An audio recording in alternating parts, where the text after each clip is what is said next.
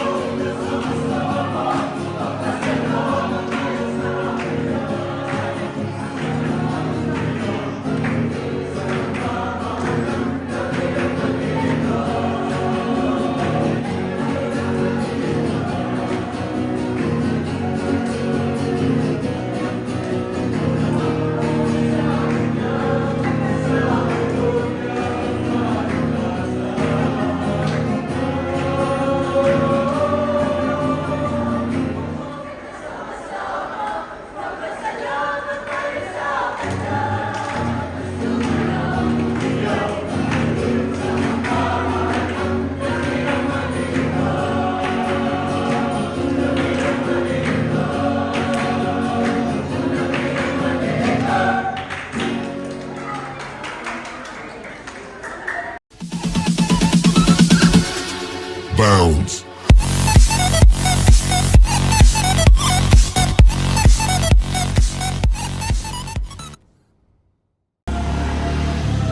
Kamusta mga kayami? Isang masaya at isang masarap na vlog na naman ang pagsasaluhan natin. For today's episode ay malapit na tayo mag-in sa work. So ilang minutes na lang at mag-1 PM na po. Ayun. So today ay sineselebrate po natin ang Father's Day. Ayun. So happy Father's Day po sa lahat ng mga ama ng tahanan at sa lahat ng daddy figure. Ayun. So sa lahat pa ng mga subscribers natin na patuloy na nanonood sa aming channel, at binabati ko rin po lalong-lalo na ang aking tatay, si Tatay Ernesto Erning Bagsak Villanueva, at saka sa aking mga kapatid syempre, kay Bossing Emil, kay Kuya Ernie, kay Kuya Tarashoot, kay Kuya RJ, kay Bal, sa lahat po ng mga tatay na patuloy na nanonood sa ating YouTube channel. So mabuhay po kayo. At papasok na tayo sa work bago pa tayo mahulas. Let's go. Meron nga po ulit misa po ngayon dito sa Robinsons Town Mall, Malabon, at marami po ang uma-attend ngayon na mga father, tatay, dahil sinaselebrate nga po ngayon ang Father's Day. Let's go. Talaga po ang aking sarili bilang iyong apostol ng mabuting balita. Sa iyo, Espiritu Santo, iniaalay sa mga persona ng sarili ang aking buhay ay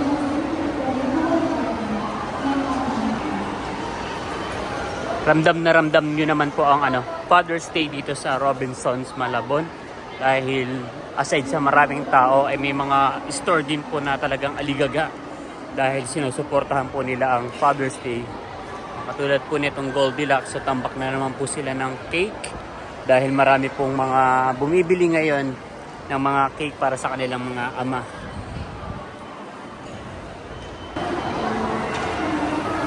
Dito rin sa Red Ribbon ay although walang masyadong tao, pero kanina ay marami po. Tapos kapag ganyang maraming tray, ibig sabihin marami po silang delivery, marami silang supply ng cake para sa mga gusto pong bumili.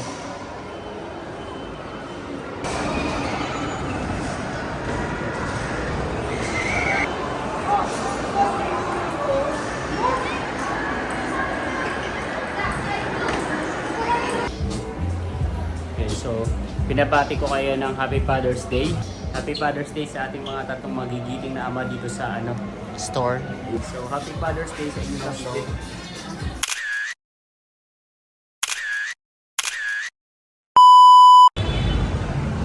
Magwi-withdraw naman po tayo ng pera gamit ang ating GoTime. Napabulok na. So, kagandahan dito sa natin, sa GoTime, meron na silang mga gantong ang machine na kung saan pwede ka pong mag-withdraw ng walang hassle. Hindi na po kailangan na pumunta sa supermarket or sa ibang mga sangay ng GoTime para mag-withdraw ng walang charge.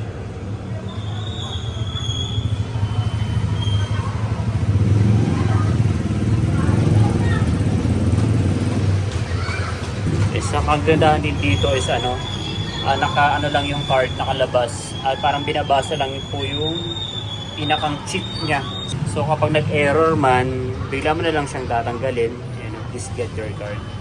Not unlike sa ibang mga machine na kinasanayan natin na kinakain yung pinapasok yung card talaga sa loob ng machine.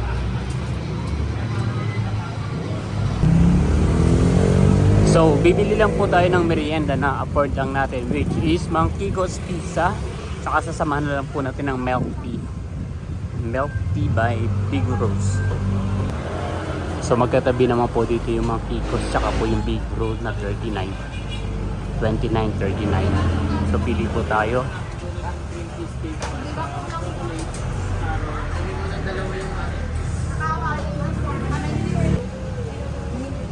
Yun yung milk tea natin. Pare-paras na lang po yung in-order ko na 4 na dark choco. Salamat. Dito lang po yun sa may palengke ng Francis Market. Sa may tapat po ng Save More. So bali, antayin na lang po natin yung mga Kikos natin na pizza. Yun naman po ay bayad na. Ay mga kayami, so bali ay nakuha na po natin. Pabalik na po tayo sa loob. Let's go. Yan, so bali ay 4 nga po yung binili natin na dark choco. At iinumin natin yung isa. Pero mauna silang mag-break. So mag-break na sila para masarap pa yung pizza kapag bagong ahon at mainit-init pa. So ito po ay beef and mushroom. Let's go. Ayun mga kayami, bigla pong lumakas ang ulan. Grabe. Katatapos lang po nating magmerienda. At yun nga po, butit nakabili na agad ako ng merienda. At grabe yung buhos ng ulan. Medyo nagdidilim na po ang kalangitan. Uy! Gulat ako doon. May pagkidlat at may pagkulog din po. Nako. Saktong-sakto po yan dahil nakaputi po akong sapatos.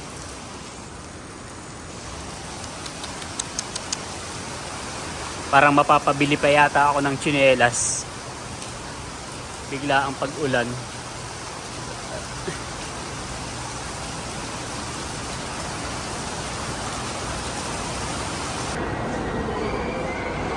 Dire-diretso pa rin po ang pagpatak ng ulan kahit gabi na.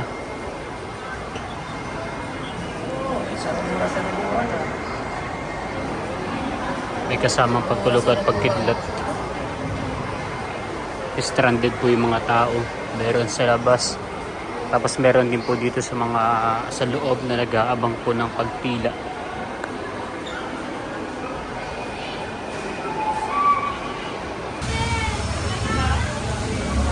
Grabe po yung lakas ng hangin, malabagyo po. Patak ng ulan, kitang-kita, kumikidlat, kumukulog.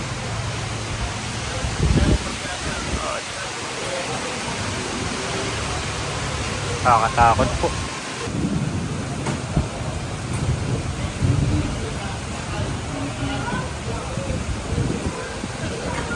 A few moments later. Yung mga kayami, pumunta po si Papa D sa dito sa Robinson. So kagagaling niya lang sa hospital kay Aling Maliit at binisita niya po. So mamaya kami magbibigay ng update. So, may dala siyang tsinelas kasi nga nagsabi ako. Nakita ko sa monumento, 25 pesos lang kasi. Akala ko pang siya tag dito. Kasi nakaputi akong sapatos, sinention ko sa GC ko na ay sa GC, dito sa vlog ko na ano, nakasapatos akong puti tapos tag-ulan, ay sobrang lakas ng ulan kanina, buti ngayon is tumila na. So sana ay humupa na yung baha dito sa may ano, sa may labasan para hindi maputikan yung ating ano. Pero sasakay tayo ng e-trike, no? So hahanap lang daw si Papa din ng ano, ng drinks. Ay kanina dito mayroon, wala na. Ay mga kayami, so out of tayo sa work. Nandito tayo sa labas ng uncles dyan. Nandito na rin si Papa, di inantay ako. Tara na. So, sasakay na lang po tayo ng e-trike or tricycle po dito. Himala, walang e-trike ngayon na. Pero sana hindi na baka sa dadaanan natin.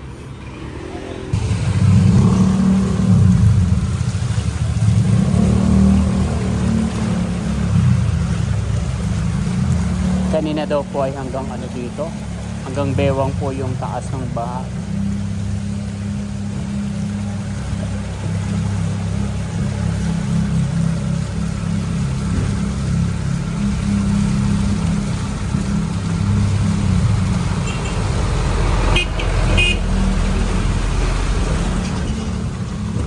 Dito na tayo po sa parting maano, baha. Sana hindi malalim. Nakakilili tayo.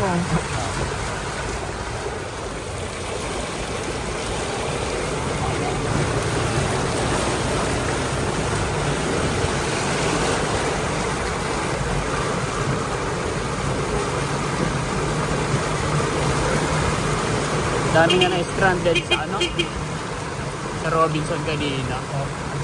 Sobrang lakas ba talaga? Oo, nagkasamang hangin niya eh. Nagkalaw kasi ako ng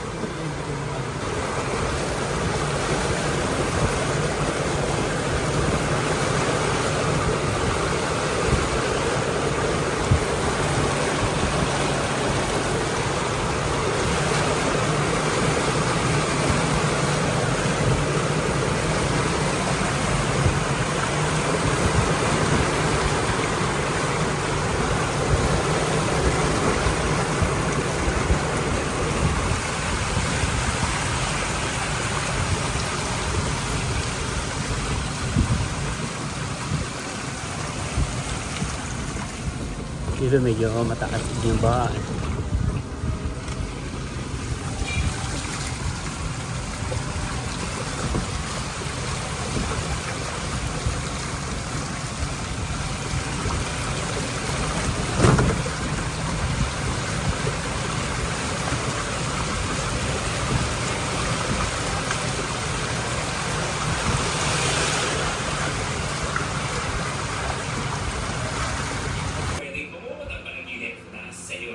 Nakauwi na po tayo ng bahay.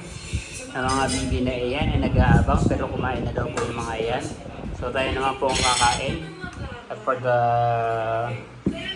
repeat meal ay meron ulit tayo ditong manok. So kakain na po tayo. Let's eat. Kumain na ba yan? Kumain na ba yan? Eh mga kayami, so tapos na po tayo kumain at ang ating mga pasaway na baby ay nauna na rin mas silang kumain bago ba tayo dumating. Mga pasaway pero malatang din naman po yung mga iyan. So mag-unbox po tayo ng parcel galing sa Shopee. Ano kaya ito? Pag may ganito galing Shopee, hindi siya nakaka-excite ko na akong idea.